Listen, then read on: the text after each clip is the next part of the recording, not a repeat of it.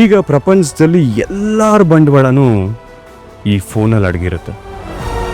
ಅದಕ್ಕೆ ಅವಳ ಫೋನ್ ನಿನ್ನ ಕೈಯಲ್ಲಿದ್ದಾಗ ಅವಳ ಫೋನಲ್ಲಿ ಏನಾದರೂ ಚೆಕ್ ಮಾಡಿ, ಅಂದರೆ ಇಮೇಜ್, ವಿಡಿಯೋಸ್ ಅಥವಾ ಕಾಂಟ್ಯಾಕ್ಟ್ ನಂಬರ್, ಅವಳ ಬಗ್ಗೆ ಅಥವಾ ಅವಳ ಹಿನ್ನೆಲೆ ಏನು ಅನ್ನೋ ತಿಳ್ಕೊಳ್ಳೋದ್ರ ಬಗ್ಗೆ ಏನಾದ್ರು ಚೆಕ್ ಮಾಡಿದ್ಯಾ ಅಂತ.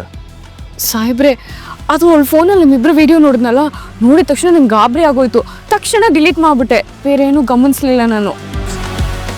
ಆ ಅಶ್ವಿನಿ ನಿಜಕ್ಕೂ ಏನು ಅನ್ನೋದನ್ನ ತಿಳ್ಕೊಳ್ಳೋದಕ್ಕೆ ಒಂದು ಚಾನ್ಸ್ ಸಿಕ್ಕಿತ್ತು, ಅದು ಮಿಸ್ ಆಗೋಯ್ತಲ್ಲ. ಸಾಹೇಬ್ರೆ, ನಾನು ಅವಳ ಫೋನಲ್ಲಿ ಒಂದು ಫೋಟೋ ನೋಡಿದೆ. ಏನು ಫೋಟೋ? ಸಾಹೇಬ್ರೆ, ಅವಳ ಫೋನ್ ವಾಲ್ಪೇಪರಲ್ಲಿ ಅವಳು ಮತ್ತೆ ಆ ಸಾಕ್ಷಿ, ರಾಣಮ್ಮನದ್ರ ಸಾಕ್ಷಿ ಒಟ್ಟಿಗೆ ನಿಂತಿರೋ ಫೋಟೋ ನೋಡಿದೆ. ನಿನ್ನ ಜೊತೆ ನಮ್ಮ ಕತೆ, ನಿನ್ನ ಜೊತೆ ನಮ್ಮ ಕತೆ.